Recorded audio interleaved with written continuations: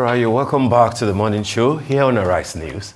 It's time now to review headlines of today's newspapers. And as always, we'll go straight to this day on Saturday, where if you take it from the window, from top to bottom, as they say, the window story says Tinubu invokes presidential prerogative of mercy, okays partial waiver of no work, no pay for ASU members.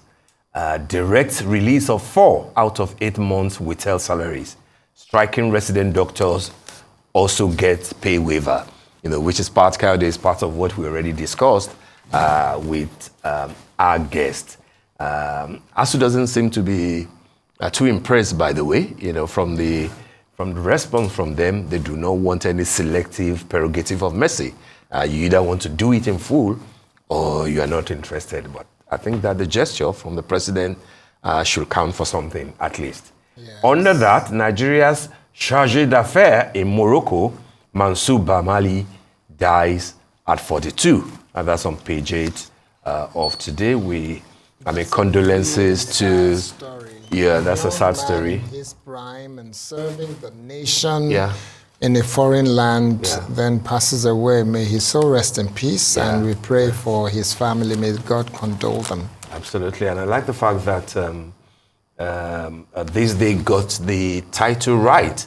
Some papers use envoy, of course we would describe it, but those who said ambassador, etc., didn't quite get the function that the deceased was playing in Morocco. Under the masthead, Naira sustains weakness at parallel INE window to 1,170 Naira to $1 and 800 Naira 27 kobo to $1. That's parallel market INE window. Like we discussed with our guests, what is the point of floating the Naira if we are going to achieve when the gap is more than 200 Naira? Absolutely, and nobody can get to buy, just like what you experienced. Yes. Nobody can get to buy the INE window anymore. Under that, Supreme Court set to hear PDP APP's appeals seeking to remove Uzodinma, that is in Imo State. And the lead story itself, Anyaoku, Nigeria needs new constitution to move forward. And I think that for the record, the quote from what the elder statesman says is very germane. I call on the presidency, in consultation with the National Assembly, instead of continue to tinker with the 1999 Constitution, to acknowledge the urgent necessity of a new constitution. We need a system of government that not only addresses our diversity, but is also based on a constitution that can correctly be described as a Nigerian people's constitution. I mean, it couldn't have said it any better.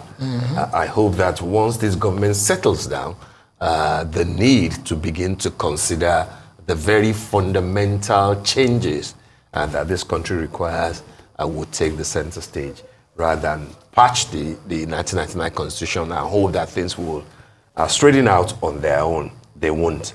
Very quickly before we leave this day, the cover story shows the men in power, shall we say, retreat for senators. And there we have the Chief of Staff to the President, Femi Gbajabiamila, a former President of the Senate, Ken Namani, President of the Senate himself, Akpabio, former President of the Senate, Bukola Saraki, and Adolphus Wabara. Do we go to another newspaper? Yes, let's have a quick look at... should we take a quick look at the Sun newspaper on Saturday? Anyaoku makes case for a new constitution, and this is extremely important because a lot of Nigerians have been saying that there's a need. There's the same lead of this day that we just read. Beside the master, they said it is extremely important. Nigeria must look at the new constitution.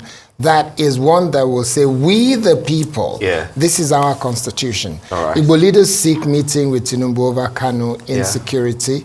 I think there was a video that was making the rounds during the course of this weekend regarding the gentleman in, I can't even call him gentleman, the one in, I think it's Sweden, who is still pushing for IPOB to take. Oh, that fellow. Yes, so I don't want to mention video has his been name. Trending. Yes, we don't need. But Igbo leaders are saying, please release Kanu, and the issue of insecurity in the southeast is extremely important because it's affecting businesses. INEC raises fresh security concerns. 11,000 observers to monitor polls as Commission deploys 46,084 regular and ad hoc staff.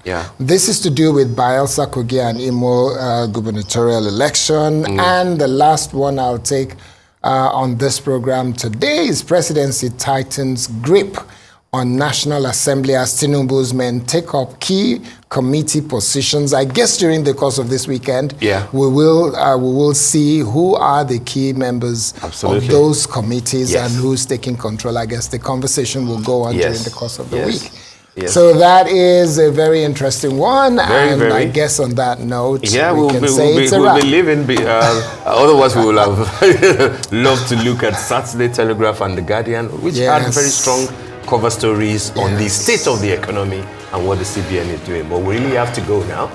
That brings us to the end of the morning show today. Thank you for watching, and do stay safe. Steve, are you ready?